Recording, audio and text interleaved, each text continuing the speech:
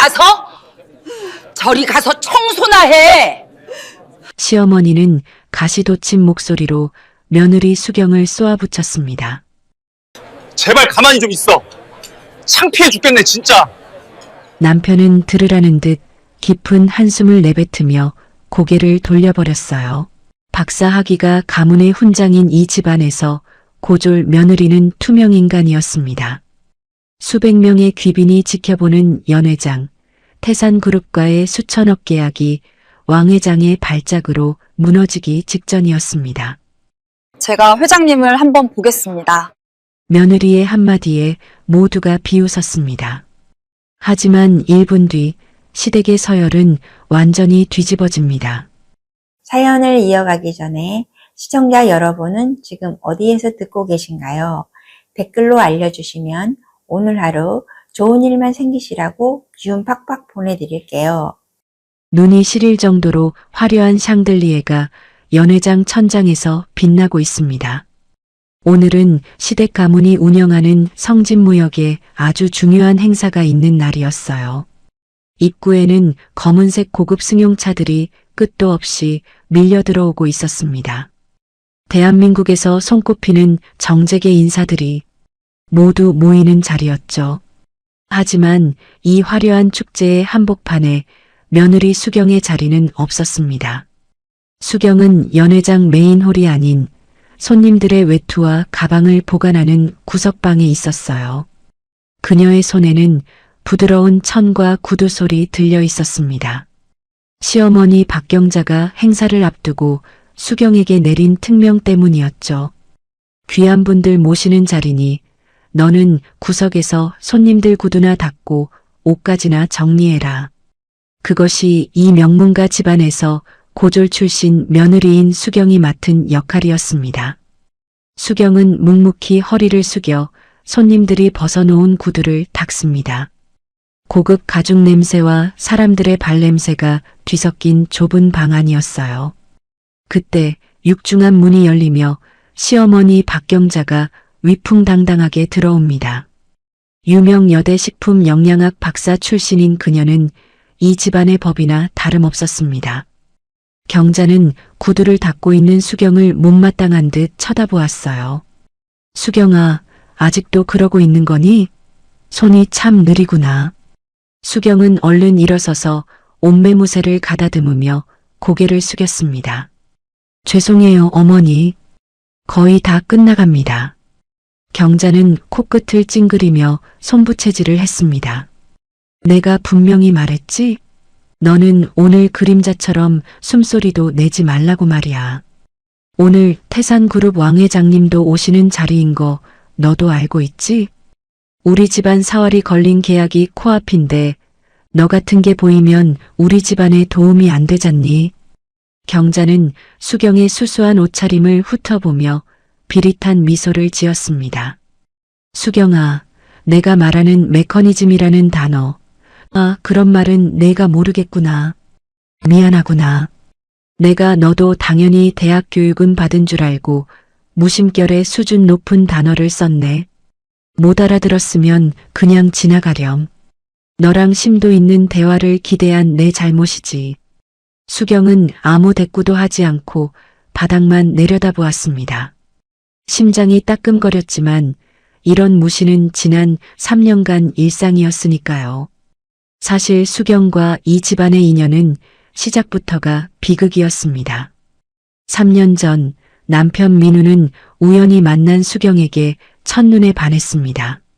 수수한 차림이었지만 맑은 눈망울과 차분한 분위기에 마음을 빼앗긴 거였죠. 민우는 죽어도 이 여자 아니면 안 된다며 집안에 수경을 소개했습니다.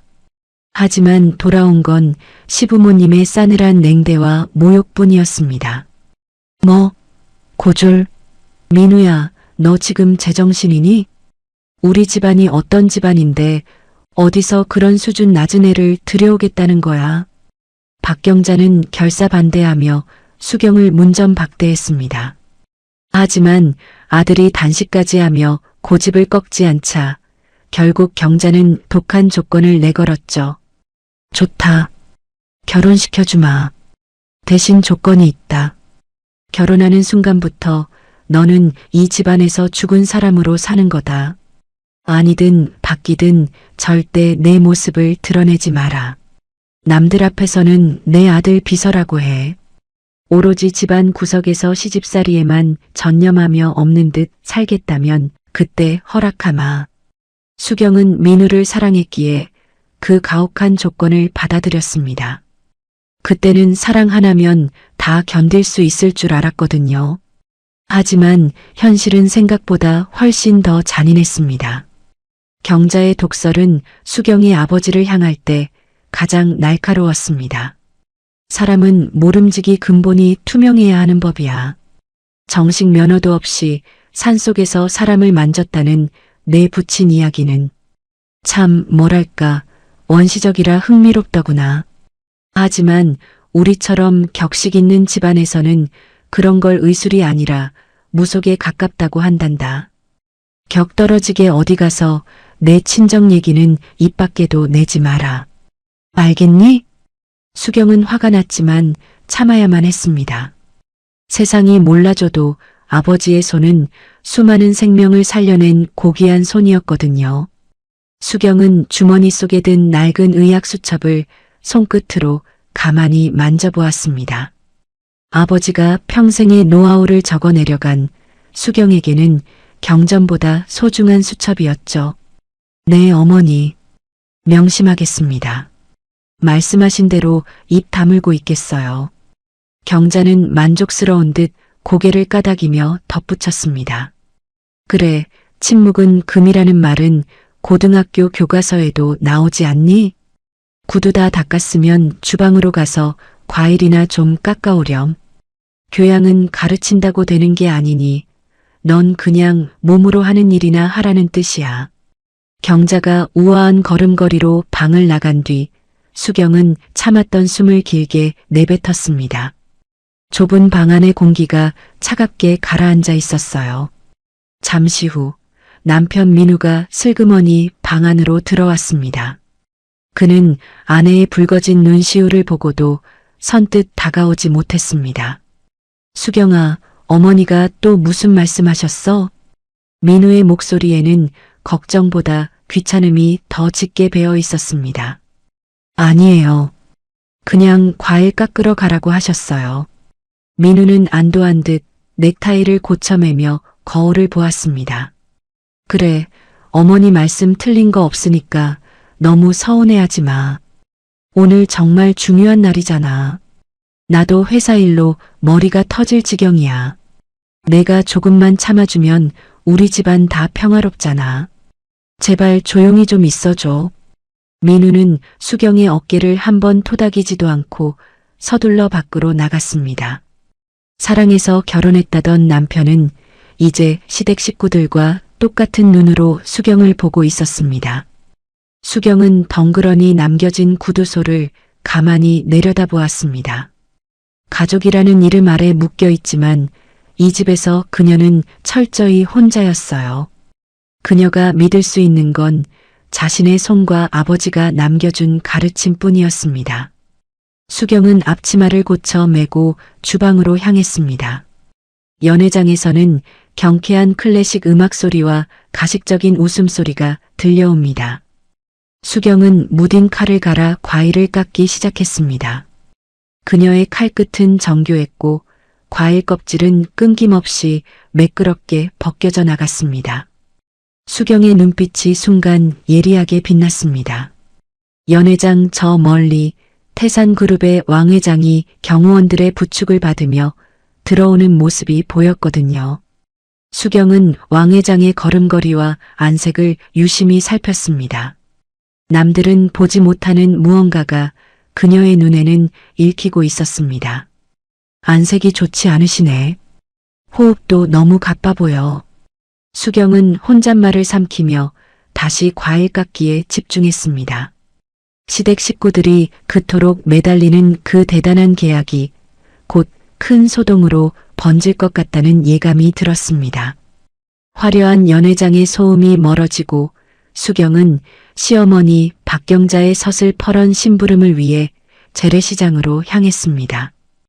박 박사라는 체면 때문에 시장 물건은 쳐다보지도 않던 시어머니였어요. 하지만 오늘은 태산그룹 왕 회장에게 바칠 특수 약재와 귀한 식재료를 직접 공수해 오라며 수경을 떠밀었습니다. 박사 학위가 있는 내 안목을 믿고 시키는 거니까 토 달지 말고 다녀오렴. 경자는 수경에게 시장 바닥에 흙먼지가 묻는 것 따위는 안중에도 없었습니다. 시장은 평소보다 훨씬 더 북적이고 활기가 넘쳤습니다. 수경은 사람들에게 치이면서도 시어머니가 적어준 까다로운 목록을 하나하나 체크했어요. 상인들과 흥정하는 법도 모르는 수경이었지만 아버지를 따라 오지를 누비던 시절의 감각은 몸이 기억하고 있었습니다. 좋은 약재와 나쁜 약재를 구별하는 수경의 눈빛이 연회장에서와는 다르게 날카롭게 빛났습니다. 그때였습니다. 북적이는 시장 한복판에서 둔탁한 소리와 함께 사람들의 비명소리가 들려왔어요. 어머, 할아버지, 할아버지 정신 좀 차려보세요. 어떻게 갑자기 쓰러지셨어? 누가 119 좀 불러줘요. 수경의 시선이 소리가 나는 곳으로 향했습니다. 백발이 성성한 한 노인이 떡볶이 노점 옆 바닥에 고꾸라져 있었어요. 노인의 얼굴은 순식간에 보라색으로 변해가고 있었습니다. 주변 상인들과 손님들이 몰려들었지만 다들 겁에 질려 발만 동동 구를 뿐이었죠. 이거 심장마비 아니야? 건드리면 안 되는 거 아니야? 아니, 목을 움켜쥐는 걸 보니 뭐가 걸린 것 같은데. 사람들의 웅성거림 속에서 수경의 발걸음이 본능적으로 노인을 향했습니다. 수경의 머릿속에는 평생 보아온 아버지의 손길이 파노라마처럼 스쳐 지나갔어요. 아버지는 늘 말씀하셨습니다. 수경아, 생명의 불꽃이 꺼져갈 때는 망설임이 가장 큰 적이란다. 눈으로 보지 말고 몸이 보내는 소리를 들어야 해. 수경은 망설임 없이 노인의 곁으로 다가가 무릎을 꿇었습니다. 시어머니가 입혀준 비싼 외투에 시장 바닥에 구정물이 묻었지만 신경 쓰지 않았어요. 그녀는 노인의 목줄기를 짚어 맥을 확인하고 가슴의 움직임을 살폈습니다. 비켜주세요. 잠시만 길 좀 터주세요.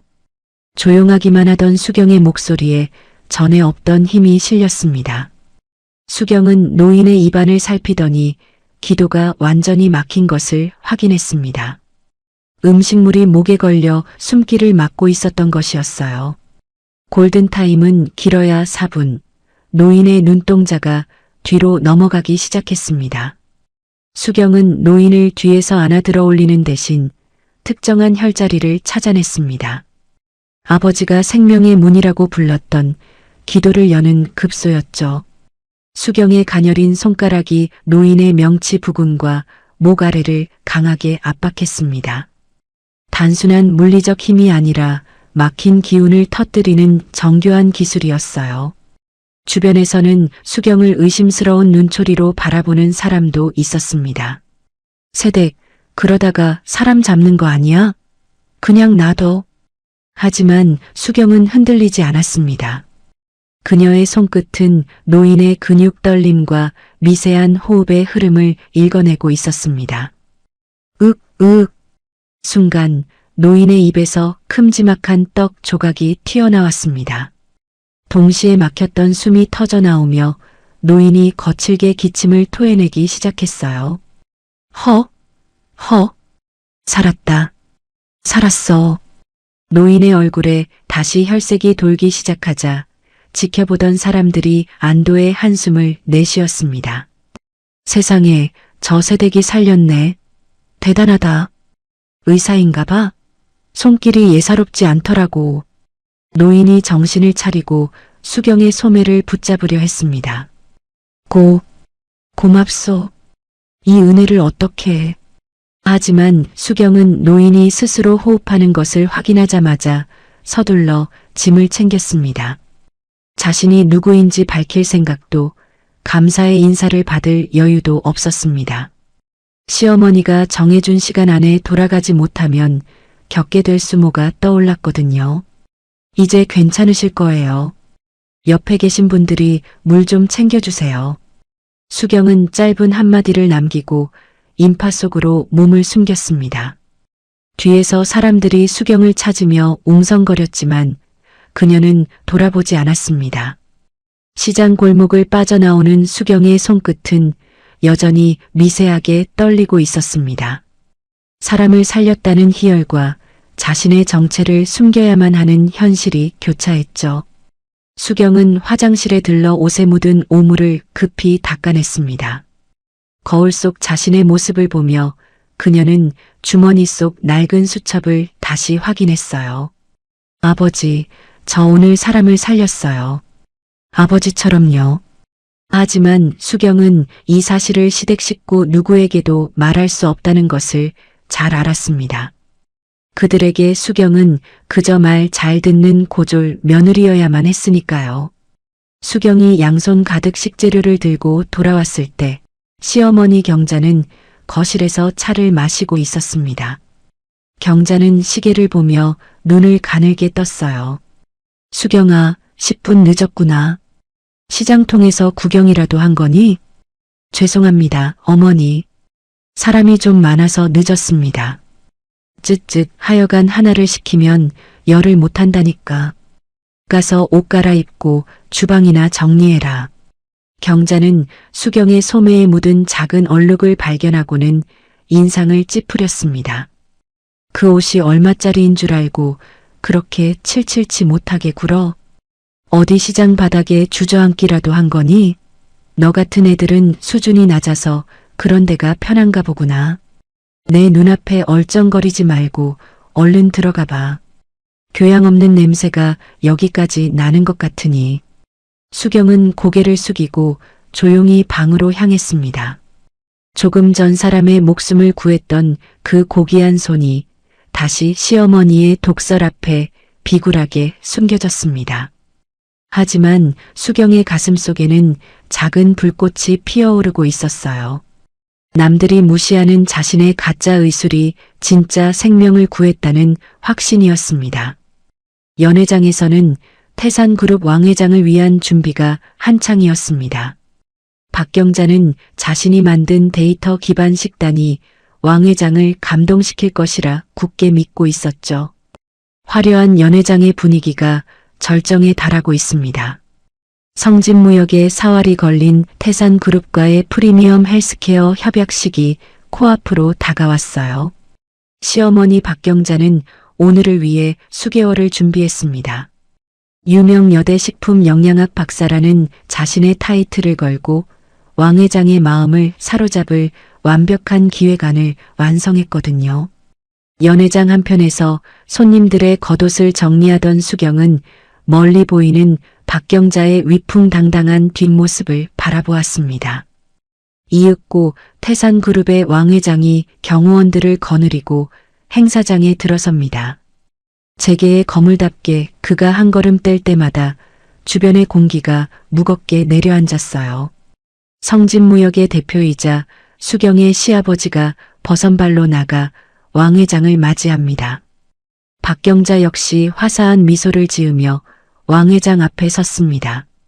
두 사람이 준비한 것은 왕 회장의 개인 건강 데이터를 완벽하게 분석한 프리미엄 맞춤형 건강관리 솔루션이었습니다. 박경자가 자신만만한 목소리로 프리젠테이션을 시작합니다. 회장님, 저희가 회장님의 지난 3년간 검진 기록을 정밀 분석했습니다. 혈압, 콜레스테롤, 당뇨 수치까지 이 모든 메커니즘을 데이터화해서 최적의 식단을 짰어요. 박사인 제가 보증하는 이 수치 기반의 시스템만 따라오시면 10년은 더 젊어지실 겁니다. 경자는 자신이 내민 두툼한 제안서가 왕 회장의 마음을 단번에 사로잡을 것이라 확신했습니다. 옆에 서 있던 남편 민우와 시아버지도 연신 고개를 끄덕이며 회장님의 눈치를 살폈어요. 하지만 제안서를 넘겨보던 왕 회장의 미간이 점점 심하게 일그러지기 시작했습니다. 차갑게 식어가는 분위기를 감지하지 못한 경자는 계속해서 숫자 섞인 설명들을 늘어놓았어요. 이 알고리즘에 따르면 회장님께 지금 가장 필요한 건 저염식과 그만해. 왕 회장의 천둥 같은 호통이 연 회장에 울려 퍼졌습니다. 순간 음악 소리마저 먹고 모든 사람의 시선이 한 곳으로 쏠렸어요. 왕 회장은 손에 들고 있던 제안서를 바닥으로 내팽개쳤습니다. 종이들이 사방으로 흩날리며 경자의 발치에 떨어졌습니다. 회장님? 갑자기 왜 이러시는지 제가 설명한 데이터에 무슨 문제라도. 박경자가 당황해서 말을 더듬자 왕 회장이 핏대를 세우며 일어섰습니다. 데이터? 수치? 이따위 종이 쪼가리가 나를 관리해준다고? 내 혈압이 정상이고 당뇨 수치가 안정적이라는 건 나도 알아. 병원 의사들도 입만 열면 정상이라고 떠들어대지. 그런데 말이야, 나는 지금 매일 밤 다리가 끊어질 듯 아파서 잠을 못 자. 속은 타들어가고 머리는 깨질 것 같은데 너희는 이 차가운 숫자만 들이밀며 나를 관리하겠다고? 왕 회장의 눈동자가 분노로 이글거렸습니다. 그는 떨리는 손으로 가슴을 팍팍 내리쳤습니다. 너희 박사님들이 뽑아낸 이 잘난 데이터에는 내 몸이 매일 보내는 이 비명은 하나도 안 담겨 있단 말이다. 너희는 내 몸을 보려는 게 아니라 내 돈만 보고 숫자 노름을 하고 있어. 이런 진정성 없는 사업 따위에 내 태산의 이름을 빌려줄 줄 알았나? 시아버지가 허리를 굽히며 진땀을 흘렸습니다. 회장님, 진정하십시오. 저희가 다시 분석해서 보강하겠습니다. 필요 없어. 당장 이 계약 취소야. 왕 회장의 단호한 말에 박경자의 얼굴이 백지장처럼 하얗게 질렸습니다. 평생을 바쳐 쌓아온 자신의 학벌과 이론이 단칼에 부정당하는 순간이었죠. 연 회장 구석에서 이 모든 상황을 지켜보던 수경의 눈빛이 깊게 가라앉았습니다. 그녀는 왕 회장이 가슴을 내리칠 때의 손동작과 미세하게 떨리는 눈꺼풀을 놓치지 않았습니다. 심장 문제가 아니야. 어제 드신 약이랑 오늘 드신 차가 충돌하고 있어. 수경은 직감했습니다. 왕 회장의 몸속에서 거대한 폭풍이 몰아치고 있다는 사실을요. 박경자가 자랑하던 그 잘난 데이터는 왕 회장이 어제 개인적으로 복용하기 시작한 보조제의 성분까지는 계산하지 못했던 겁니다. 어머니, 회장님 안색이 너무 안 좋으세요. 일단 좀 쉬시게 하는 게.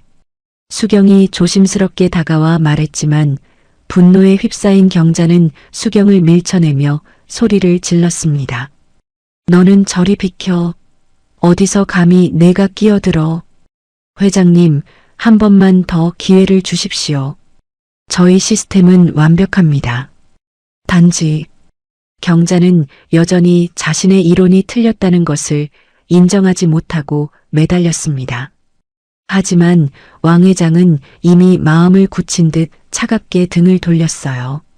성진무역의 운명이 벼랑 끝으로 내몰린 절체절명의 위기 상황이었습니다. 그때였습니다. 자리를 뜨려던 왕 회장이 갑자기 비틀거리더니 자신의 목을 움켜쥐었습니다. 왕 회장의 입에서 짐승 같은 신음이 터져 나왔습니다.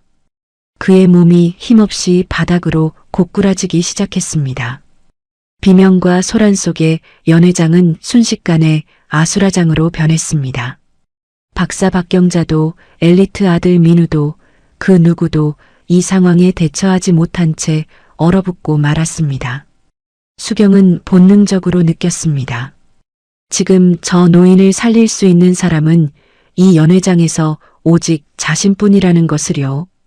하지만 시어머니의 투명인간 명령이 그녀의 발목을 잡고 있었습니다. 과연 수경은 가문의 금기를 깨고 손을 뻗을 수 있을까요? 분노를 터뜨리며 돌아서던 태산그룹 왕 회장의 발걸음이 돌연 멈추었습니다. 그의 얼굴이 순식간에 잿빛으로 변하더니 거친 숨을 몰아쉬며 가슴을 부여잡았어요. 커. 짧은 비명과 함께 왕 회장의 거구이 바닥으로 무겁게 고꾸라졌습니다. 화려했던 연회장은 순식간에 비명 소리가 가득한 아수라장으로 변해버렸습니다. 회장님, 정신 차리세요.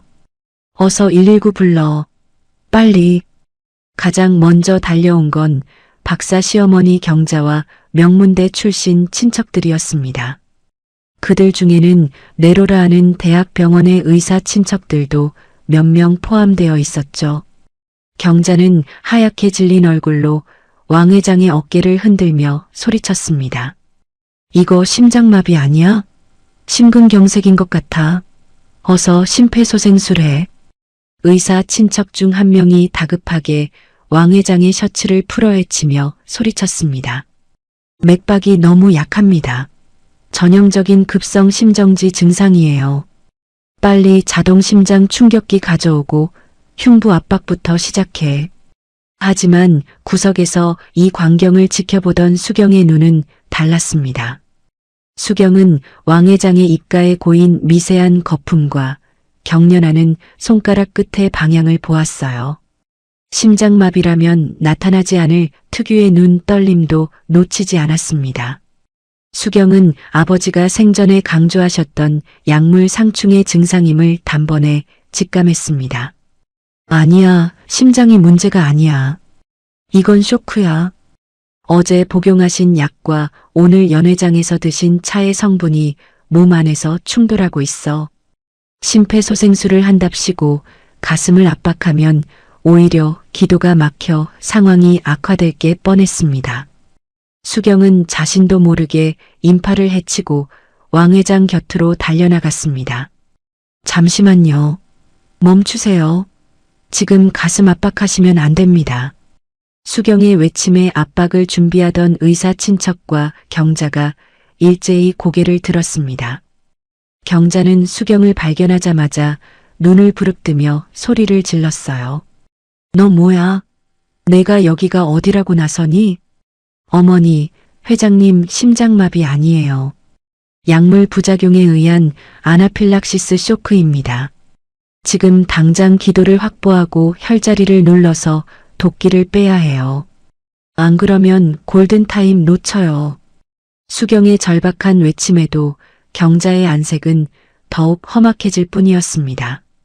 경자는 바닥에 무릎을 꿇으려던 수경의 앞을 가로막으며 손을 휘둘렀습니다. 날카로운 마찰음이 연회장에 울려 퍼졌습니다. 수경의 고개가 옆으로 돌아갔고 뺨 위로 붉은 손자국이 선명하게 올라왔어요. 이 천한 것이 어디서 감히 손을 대려고 해. 박사 학위 가진 의사들이 여기 줄을 서 있는데 고졸인 내가 뭘 안다고 입을 놀리니? 내 그 무속인 같은 아버지 밑에서 배운 잡기술로 사람 잡을 일 있어? 옆에 있던 남편 민우도 수경의 팔을 거칠게 잡아 끌며 윽박질렀습니다. 수경아, 제발 좀 가만히 있어. 너 미쳤어? 여기가 어느 자리인 줄 알고 이래. 어머니 말씀 안 들려? 내가 뭘 안다고 의사 형님들 하는 일에 참견이야. 경자는 바닥에 침을 뱉듯 차갑게 쏘아붙였습니다. 너 같은 건 저 구석에 가서 구두나 닦고 있어.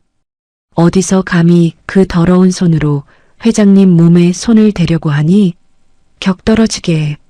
내 수준에 맞는 일이나 해. 이 똑똑한 분들 방해하지 말고 당장 사라져. 의사 친척은 수경을 무시한 채 다시 왕 회장의 가슴 위로 손을 올렸습니다. 하지만 왕 회장의 안색은 이제 보라색을 넘어 검푸르게 변해가고 있었어요. 수경의 눈에는 보였습니다. 왕 회장의 목 근육이 경직되면서 숨길이 완전히 닫히기 직전이라는 사실을요. 안 돼요. 지금 압박하면 목 뒤로 혀가 말려 들어가서 정말 돌아가신단 말이에요. 수경은 뺨의 통증도 잊은 채 다시 소리쳤습니다. 그녀의 눈빛은 더 이상 순종적인 며느리의 눈빛이 아니었습니다. 아버지가 사람을 살릴 때 보여주었던 그 서슬 퍼런 투사의 눈이었죠. 데이터요? 학벌이요? 지금 저분이 숨을 못 쉬는데 그게 무슨 소용입니까? 경자는 수경의 기세에 눌려 잠시 주춤했지만 이내 도끼를 내뿜었습니다. 이게 끝까지. 민우야, 얘 당장 밖으로 끌어내. 경비원들 불러. 이 미친 여자 당장 치우라고 해. 사람들에게 팔이 붙잡혀 끌려나가면서도 수경은 왕 회장에게서 시선을 떼지 않았습니다. 왕 회장의 손끝이 파르르 떨리며 힘없이 바닥으로 떨어졌습니다. 이제 정말 시간이 없었습니다. 수경은 자신을 붙잡은 남편의 손을 강하게 뿌리쳤습니다. 비켜요. 사람부터 살리고 봐야죠. 수경의 한마디에 연회장 전체가 찬물을 끼얹은 듯 조용해졌습니다. 학벌과 체면 뒤에 숨어 우왕좌왕하던 엘리트들이 수경의 압도적인 기운에 멈칫했습니다. 그 틈을 타 수경은 다시 왕 회장을 향해 몸을 날렸습니다. 가문의 금기도 시어머니의 독설도 더 이상 수경의 발걸음을 막을 수 없었습니다. 왕 회장의 얼굴이 검보라색으로 변하며 사지가 뒤틀리기 시작했습니다. 명문대 출신 의사 친척들이 심폐소생술을 한답시고 가슴을 압박하자 오히려 왕 회장의 입술은 더욱 파랗게 질려갔어요. 지켜보던 시어머니 박경자는 사색이 되어 비명을 질렀습니다. 어떻게? 회장님 돌아가시면 우리 집안 다 끝장이야. 그때였습니다. 경비원들에게 끌려나가던 수경이 무서운 기세로 그들을 뿌리치고 달려왔습니다. 그녀는 자신을 가로막는 시어머니 경자를 어깨로 강하게 밀쳐냈습니다. 비키세요. 지금 안 하면 이분 내사 상태에 빠집니다. 수경의 일갈은 마치 천둥 소리처럼 연회장을 때렸습니다. 평소 죽은 듯 지내던 며느리의 입에서 나온 사자 후에 장내의 모든 사람이 얼어붙었습니다. 경자는 바닥에 엉덩방아를 찌운 채 멍하니 수경을 바라보았습니다. 수경은 망설임 없이 왕 회장의 머리를 젖히고 목덜미 아래 특정 혈자리를 짚었습니다. 다들 비켜요.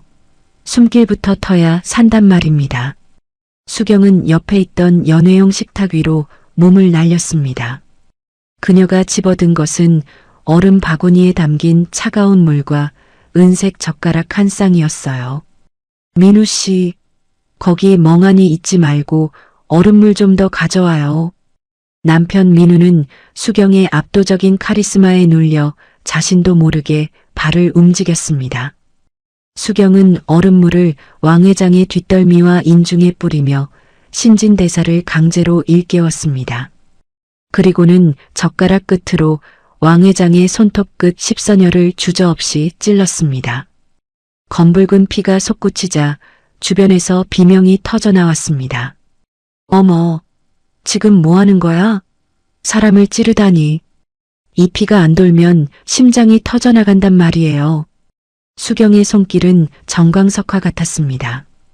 그녀는 왕 회장의 가슴 중앙을 압박하는 대신 쇄골 아래와 겨드랑이 쪽 림프를 정교한 지압법으로 파고들었습니다. 아버지가 도끼를 빼내는 길이라고 가르쳐준 바로 그곳이었죠.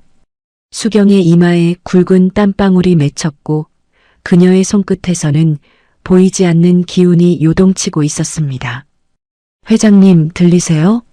제 목소리 들리시면 숨을 크게 내뱉으세요. 어서요.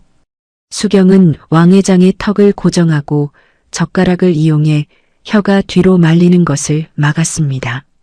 학벌과 데이터만 따지던 의사들은 감히 상상도 못할 야전의 의술이었어요. 시간이 멈춘 듯한 고요함 속에 1분이 지났습니다. 수경은 포기하지 않고 왕 회장의 가슴팍을 강하게 쓸어내렸습니다. 제발 일어나세요. 순간 벼락 맞은 듯 왕 회장의 몸이 크게 들썩였습니다. 막혔던 숨통이 터지며 왕 회장이 거친 호흡을 몰아쉬기 시작했습니다. 검푸르던 안색에 서서히 붉은 혈색이 돌기 시작했고 감겼던 눈꺼풀이 하르르 떨리며 떠졌습니다.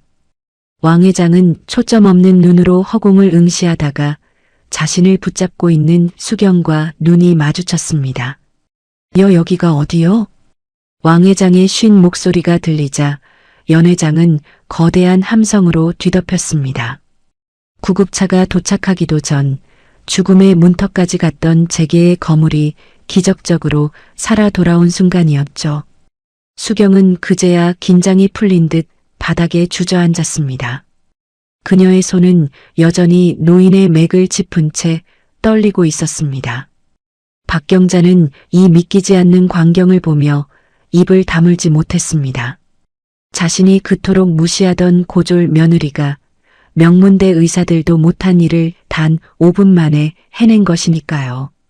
경자는 수경의 붉게 부어오른 뺨을 보며 온몸을 떨었습니다. 그녀가 평생 믿어왔던 학벌의 성벽에 거대한 균열이 가기 시작한 순간이었습니다. 왕 회장은 경호원들의 부축을 받으며 겨우 몸을 일으켰습니다. 그는 자신을 살려낸 젊은 여자의 얼굴을 뚫어지게 쳐다보았습니다. 데이터에는 없던 생명의 소리를 들어준 유일한 사람. 왕 회장의 눈빛에는 경외심과 함께 묘한 흥미가 서려 있었습니다. 자네 이름이 뭔가? 수경은 대답 대신 고개를 깊게 숙였습니다. 다시 예의 그 조용하고 투명한 며느리로 돌아가려는 듯이 말이죠. 하지만 이미 주사위는 던져졌습니다. 연 회장의 모든 카메라는 이제 시어머니 박경자가 아닌 며느리 이수경을 향하고 있었습니다. 기적적으로 숨을 터뜨린 왕 회장은 한동안 거칠게 숨을 몰아쉬었습니다. 연 회장은 찬물을 끼얹은 듯 정적이 흘렀고 시어머니 박경자는 넋이 나간 듯 바닥에 주저앉아 있었어요. 정신을 차린 왕 회장이 수행 비서들의 부축을 거절하며 천천히 몸을 일으켰습니다. 그의 시선은 수많은 박사와 의사들을 지나 구석에서 옷매무새를 가다듬는 수경에게 머물렀습니다. 비서진들은 다들 밖에서 대기하게. 그리고 거기 자네 잠시 나 좀 보지. 왕 회장의 손가락이 수경을 가리켰습니다. 경자는 당황해서 얼른 수경의 앞을 가로막으며 나섰어요. 회장님, 정말 죄송합니다. 제 며느리가 무식해서 겁도 없이 손을 댔어요. 저 아이는 제대로 된 교육도 못 받은 애라 혹시 몸이라도 상하셨으면 제가. 왕 회장이 서슬 퍼런 눈빛으로 경자를 노려보았습니다. 입 다물게. 자네 그 잘난 입에서 나오는 데이터 소리는 이제 지긋지긋해. 박산의 모내 떠들던 자네들이 멍하니 서 있을 때 내 숨통을 틔워준 게 누군지 잊었나? 왕 회장의 호통에 경자는 입을 꾹 다물고 뒤로 물러났습니다. 수경은 담담한 표정으로 왕 회장을 따라 연 회장 안쪽 내실로 들어갔습니다. 문이 닫히자 왕 회장은 안락 의자에 깊숙이 몸을 묻으며 긴 한숨을 내뱉었습니다. 자네 아까 내가 심장마비가 아니라고 했지? 그걸 어떻게 알았나? 수경은 왕 회장의 눈을 피하지 않고 차분하게 대답했습니다. 회장님의 안색이 창백한 게 아니라 붉은 반점이 섞인 보라색이었어요. 심장이 멈춘 게 아니라 몸 안의 기운이 밖으로 나오지 못해 터지기 직전의 모습이었거든요. 무엇보다 회장님 몸에서 풍기는 미세한 약초 냄새가 오늘 드신 차와 맞지 않았습니다. 왕 회장은 눈을 크게 뜨며 수경을 뚫어지게 쳐다보았습니다. 그는 떨리는 손으로 자신의 가슴팍을 가리켰습니다. 자네 말이 맞네. 사실 내가 요즘 밤마다 다리가 타들어가는 통증 때문에 아무도 모르게 지인이 준 민간 약재를 다려먹고 있었지. 내 주치의도 저 잘난 박사들도 내 수치만 보고 정상이라며 고기 식단만 들이밀더군. 내 몸이 매일 밤 통증으로 울부짖는 소리는 아무도 듣지 않았어. 그런데 자네는. 왕 회장의 목소리가 미세하게 떨렸습니다. 그는 평생 돈과 명예를 가졌지만 정작 자신의 아픔을 알아봐 준 사람은 없었거든요. 자네는 내 숨소리 하나로 내 속이 타들어가는 걸 알아챘어. 그게 의술이지. 수경은 조용히 다가가 왕 회장의 손목을 다시 한번 짚었습니다. 회장님, 시댁에서 준비한 제안서는 몇 가지 수정사항이 있어요. 데이터는 거짓말을 안 하지만 사람의 몸은 기계가 아닙니다. 지금 드시는 약재는 혈류를 강하게 만드는데 오늘 제공된 식단은 피를 탁하게 하는 단백질 위주였어요. 이 둘이 충돌해서 혈관이 비명을 지른 겁니다. 그래서 쇼크가 온 거예요. 왕 회장은 무릎을 탁 치며 감탄했습니다. 그랬구만. 내 몸이 왜 이렇게 무거웠는지 이제야 알겠어. 자네 시댁 식구들은 그저 내 돈만 보고 숫자 노름을 했지만 자네는 내 몸을 봤어. 수경은 주머니에서 작은 수첩을 꺼내 무언가를 적어 왕 회장에게 건넸습니다. 이건 제가 아버님께 배운 처방입니다. 약재를 끊으실 필요는 없어요. 다만 이 약초들을 함께 달여 드시면 지금 느끼시는 통증은 사흘 안에 잡힐 겁니다. 시댁의 제안서도 이 약물 궁합을 보완하면 완벽해질 거예요. 왕 회장은 수경이 건넨 쪽지를 소중하게 품에 넣었습니다. 그는 자리에서 일어나 수경에게 가볍게 고개를 숙였습니다. 재계의 거물이 이름 없는 고졸 며느리에게 진심 어린 예우를 표한 것이었죠. 고맙네. 자네 덕분에 내가 오늘 목숨도 구하고 진짜 사람을 만났어. 이 은혜는 내가 반드시 갚겠네. 자네 시댁 식구들 이제 나를 좀 무서워해야 할 거야. 내실 문이 열리고 왕 회장과 수경이 밖으로 나왔습니다. 밖에서 전전긍긍하며 기다리던 박경자와 민우가 달려왔어요. 경자는 수경을 획 밀쳐내며 왕 회장의 안색을 살폈습니다. 회장님, 좀 어떠세요? 이 아이가 혹시 무례한 짓이라도. 왕 회장은 경자의 손을 거칠게 뿌리치며 차갑게 쏘아붙였습니다. 박 박사, 자네는 앞으로 내 건강관리니 뭐니 하는 소리 입 밖에도 내지 말게. 자네 그 잘난 박사 하기보다 이 사람의 손끝 하나가 내 목숨을 살렸어. 내일부터 모든 협상은 자네가 아니라 이 사람 이수경과 진행하겠네. 연회장에 모인 사람들의 입이 떡 벌어졌습니다. 경자의 얼굴은 흑빛으로 변했고 남편 민우는 믿기지 않는 듯 수경을 쳐다보았습니다. 수경은 여전히 아무 말 없이 고개를 숙이고 있었지만 그녀의 존재감은 이미 연회장 전체를 압도하고 있었습니다. 그림자처럼 살라던 시댁의 명령이 왕 회장의 선포 한마디에 산산조각이 나는 순간이었습니다. 왕 회장과의 독대 이후 수경은 시댁의 운명이 걸린 제안서를 전면 수정했습니다. 숫자로만 가득했던 종이 위에 왕 회장의 실제 통증을 잡고 약물 궁합을 맞춘 진짜 의술이 입혀졌어요. 다음 날 오전 성진무역의 접견실에는 팽팽한 긴장감이 감돌았습니다. 시어머니 박경자와 시아버지 그리고 남편 민우는 마른 침을 삼키며 왕 회장의 입술만 바라보았죠. 왕 회장은 수경이 수정한 제안서를 천천히 넘겨보더니 이내 호탕한 웃음을 터뜨렸습니다. 허허, 바로 이거야. 내 몸이 원하던 답이 여기 다 들어있구먼. 왕 회장은 망설임 없이 계약서 마지막 장에 육중한 인장을 찍었습니다. 그 소리는 마치 박경자가 평생 쌓아온 학벌의 성벽이 무너지는 소리처럼 들렸어요. 박경자는 눈을 가늘게 뜨며 억지 미소를 지었습니다. 회장님, 역시 제 데이터 기반 시스템이 마음에 드셨군요. 제가 밤을 새워 보강했거든요.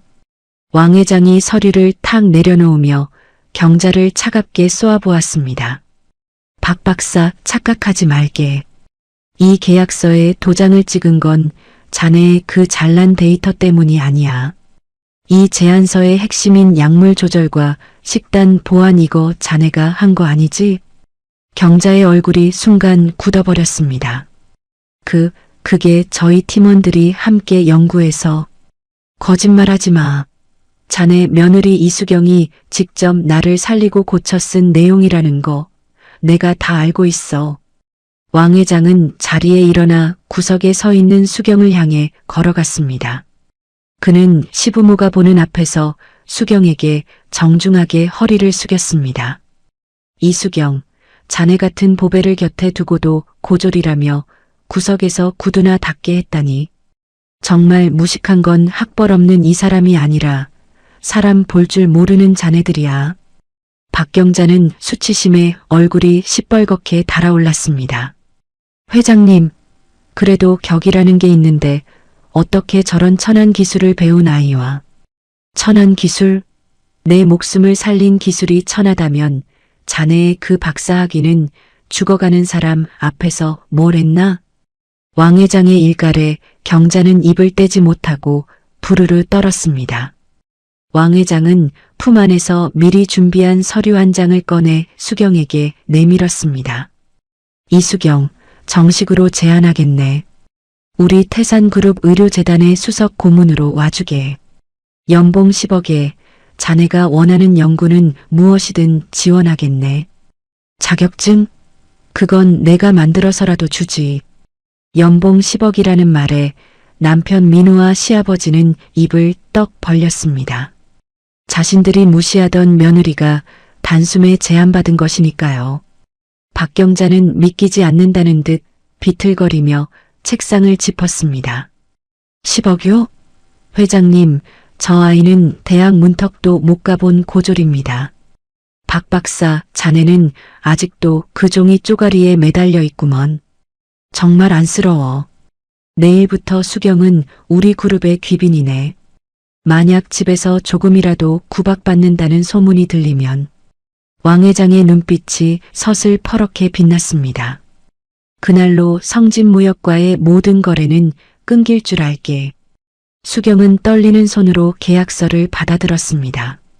평생을 그림자로 살라던 시댁의 명령이 이제는 그녀를 떠받들어야 하는 족쇄로 변했습니다. 수경은 시어머니 경자를 똑바로 쳐다보았습니다.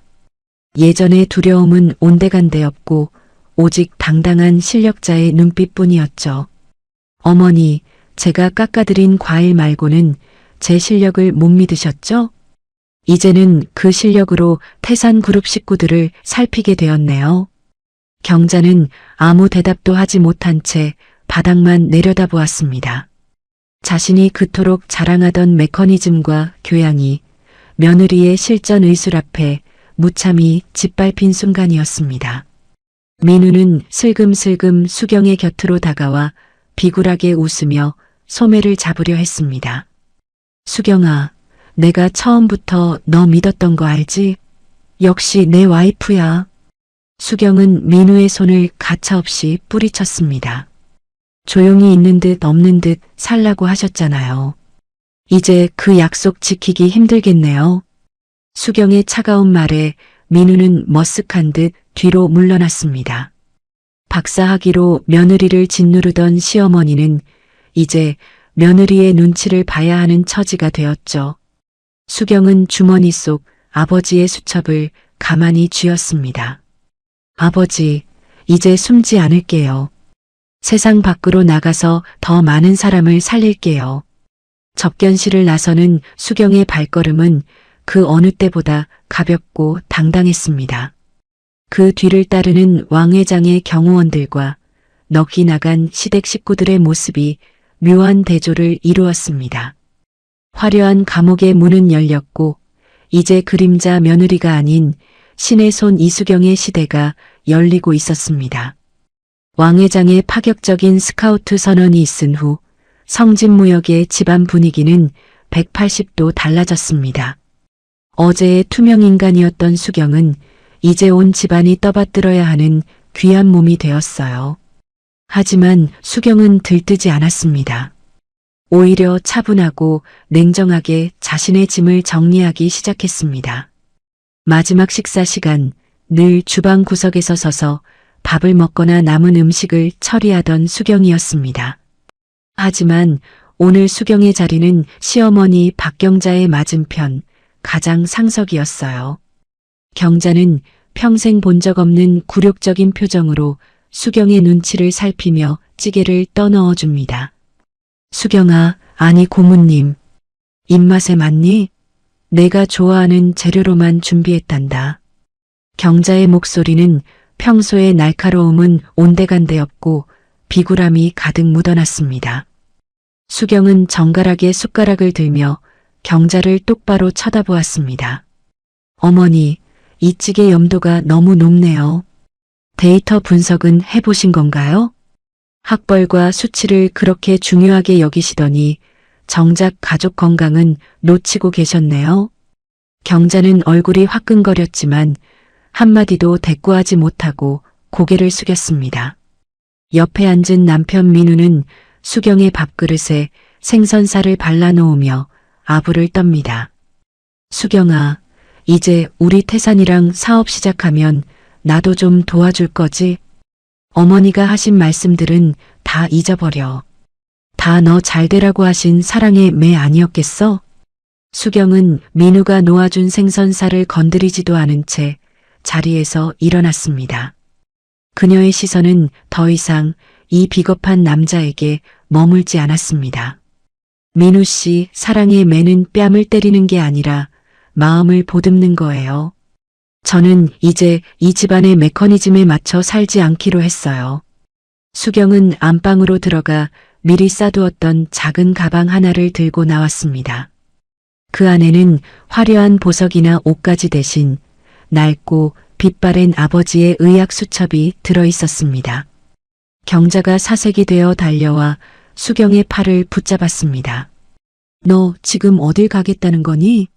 왕 회장님 제안도 수락했으면 이 집에 있어야지. 내가 나가면 우리 계약은 어쩌고, 우리 집안 체면은 어쩌란 말이냐. 수경은 경자의 손을 천천히 그러나 단호하게 뿌리쳤습니다. 어머니가 원하시던 교양 있는 며느리는 이제 없습니다. 저는 태산그룹의 고문으로 그리고 아버지의 뒤를 잇는 의술인 이수경으로 살 겁니다. 더 이상 누군가의 그림자로 숨어 지내는 일은 없을 거예요. 거실을 가로질러 현관으로 향하는 수경의 뒤로 민우와 경자의 절규 섞인 외침이 들려왔습니다. 하지만 수경은 단 한 번도 뒤돌아보지 않았습니다. 현관 앞에 서서 마지막으로 거울 속에 비친 자신의 모습을 응시했습니다. 그곳에는 더 이상 불안함에 눈치를 보던 고졸 며느리가 없었습니다. 자신의 실력으로 세상을 구하고 스스로의 가치를 증명해낸 당당한 여성이 서 있었죠. 이수경, 이제 내 이름을 찾은 걸 축하해.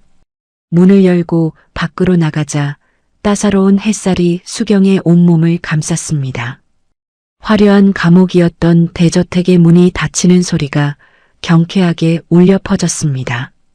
수경은 품 안의 수첩을 꼭 쥐고 군중 속으로 자신의 진짜 삶이 기다리는 곳으로 걸어 들어갔습니다. 명문대 졸업장보다 빛나는 실력과 가식적인 교양보다 따뜻한 인수를 가진 그녀. 그림자 며느리 이수경의 위대한 반란은 그렇게 완벽한 승리로 끝이 났습니다. 오늘 사연은 여기까지입니다. 끝까지 시청해 주셔서 고맙습니다. 구독과 좋아요 남겨주실 거죠? 감사합니다.